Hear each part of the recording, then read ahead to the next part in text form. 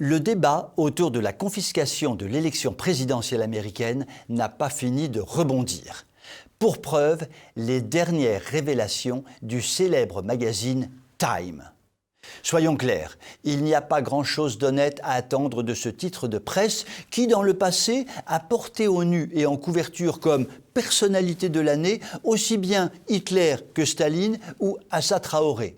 Enfin, entendons-nous bien, ces trois-là ont été portés au nu par le Time, mais Dieu merci, tout habillé, faut pas pousser quand même.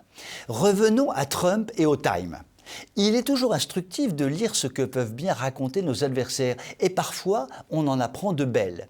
Le Time développe donc un article intitulé, ouvrez les guillemets, « L'histoire secrète de la campagne de l'ombre qui a sauvé l'élection 2020 », fermez les guillemets.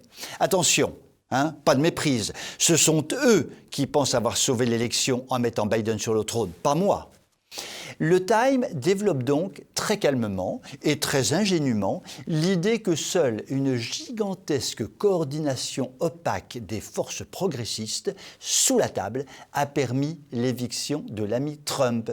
C'est le Time qui le dit. On apprend ainsi que s'est formée, je cite, « une alliance informelle entre des militants de gauche et des titans du monde des affaires ». Le pacte a été officialisé dans une déclaration conjointe de la Chambre de commerce américaine et du principal syndicat des États-Unis, l'AFL.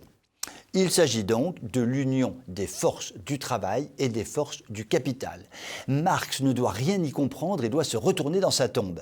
Et ce pacte maléfique a reçu le soutien de tout un grenouillat d'associations progressistes peu recommandables, comme le planning familial et Greenpeace, par exemple. Vous voyez le genre. Ajoutez à ce mélange peu ragoûtant une poignée d'experts de la tech, 2-3 militants pour la pseudo-justice raciale, quelques grosses fortunes à la Soros, et vous aurez là une sacrée sous-soupe. Voilà qui est plus fort que du café, plus fort que du roquefort.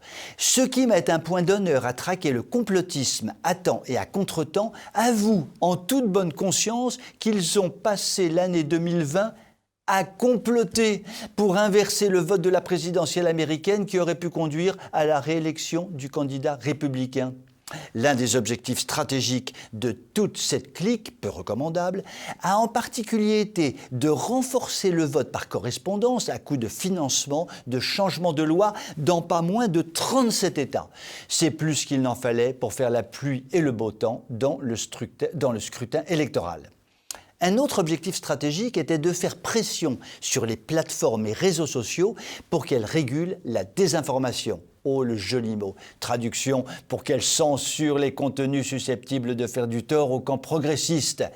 Tous ces alliés diaboliques ont fait flèche de tout bois pour purement et simplement confisquer le scrutin.